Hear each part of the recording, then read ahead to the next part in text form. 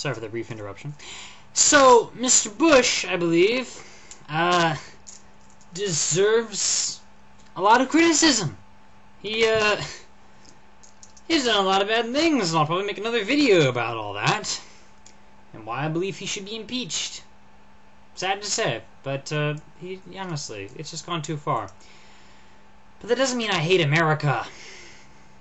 Doesn't mean I'm unpatriotic. People think.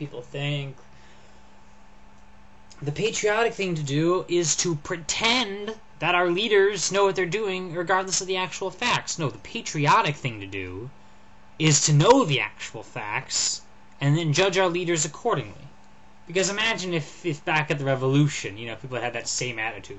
Well, we're all citizens of Britain, and King George is the King of Britain, so let's also all pretend that he's doing the right thing.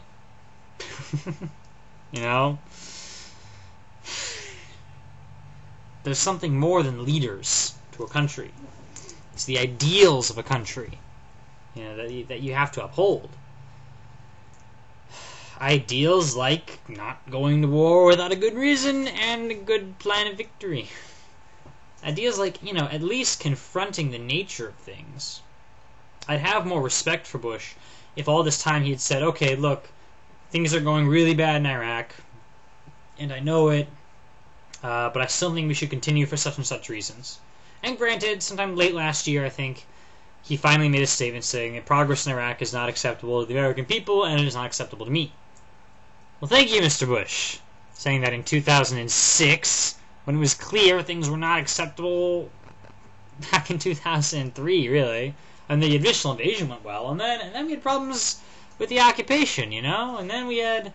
And you had forewarning of this, too. You had generals saying, I think we need several 100,000 troops. I forget whose general said that. One of them said, we need several 100,000 troops to secure this thing. We've only got, almost 100,000. Or a little more. And Rumsfeld was all like, you're way off the mark. There's no way we'd need several hundred. This'll be fine. And, of course, it wasn't fine, was it? And, of course, Rummy's gone now. Replaced by Mr. Gates. And Gates, incredibly, they're interviewing him, and they go, Mr. Gates, do you believe we are winning the war in Iraq? And he goes, no, sir. Thank you! Now, if only Mr. Bush had been saying that from the beginning, Ah, crap. Just recognize the truth of it anyway. Okay. So yeah. I love America. That's why I don't like Bush. At least as a president, anyway. I don't always like as a person. Maybe he's a good friend, father, brother, who knows. As a president, no, sir. He's just not good. Okay, here's another one. You may say that we owe it to those who have died to complete their mission. But I say we owe it to those who have not yet died to bring them home before they do die. It's a powerful argument. The initial one says, hey, people have died here, and we've got to finish what they started. And I can understand that, I can understand the desire to... If someone's died, if all this is sacrifice, is finish it. Let's have a victory and make sure the sacrifice is worth it. Okay, but that presumes that victory is forthcoming, doesn't it? That we have a significant chance of serious victory this way. Honestly, I almost think we're making things worse. Just, more people with more guns firing around just doesn't help in the midst of basically chaos, civil war and all that. Sunni versus Shiite and no weapons of mass destruction.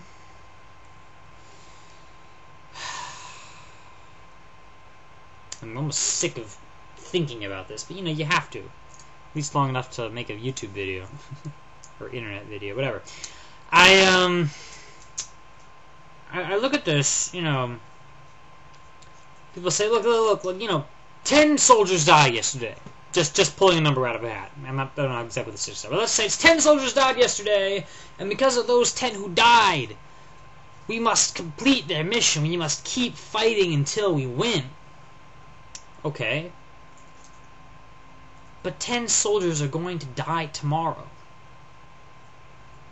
And because of them who have not yet died, we've got to pull out and bring the troops home soon as we can, so those people do not die, so that we save their lives.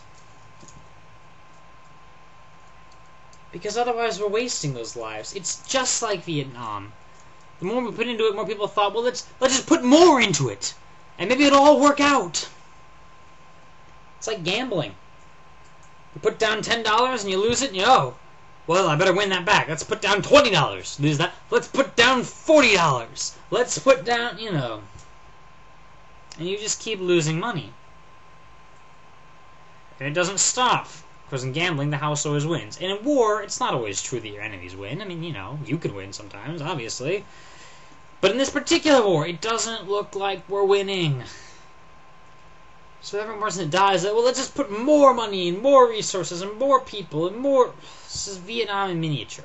In miniature, thank goodness. It's 3,000 dead and not 50,000.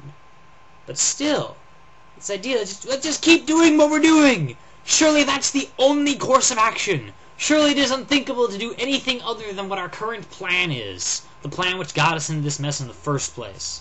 And look, I understand that in many endeavors in life, war included, sometimes the going gets tough, and you just gotta tough it out, and you gotta just keep trying. But when you keep trying, it's because there's a serious chance of victory, and a serious a thing to be fighting for. Because it's one thing to be fighting, like, even if you don't have a chance at victory, it's one thing to fight one last desperate struggle if you're, like, defending your homeland or something,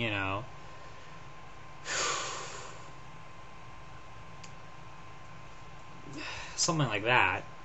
We're fighting in Iraq, and granted, Iraq is the Iraqis' homeland. And if we're going to be good people, we should protect them. Okay, but I don't think we really are doing. We're trying to, but it keeps collapsing out from under our feet. It's collapsing on top of us. I think we should pull out, and make no mistake.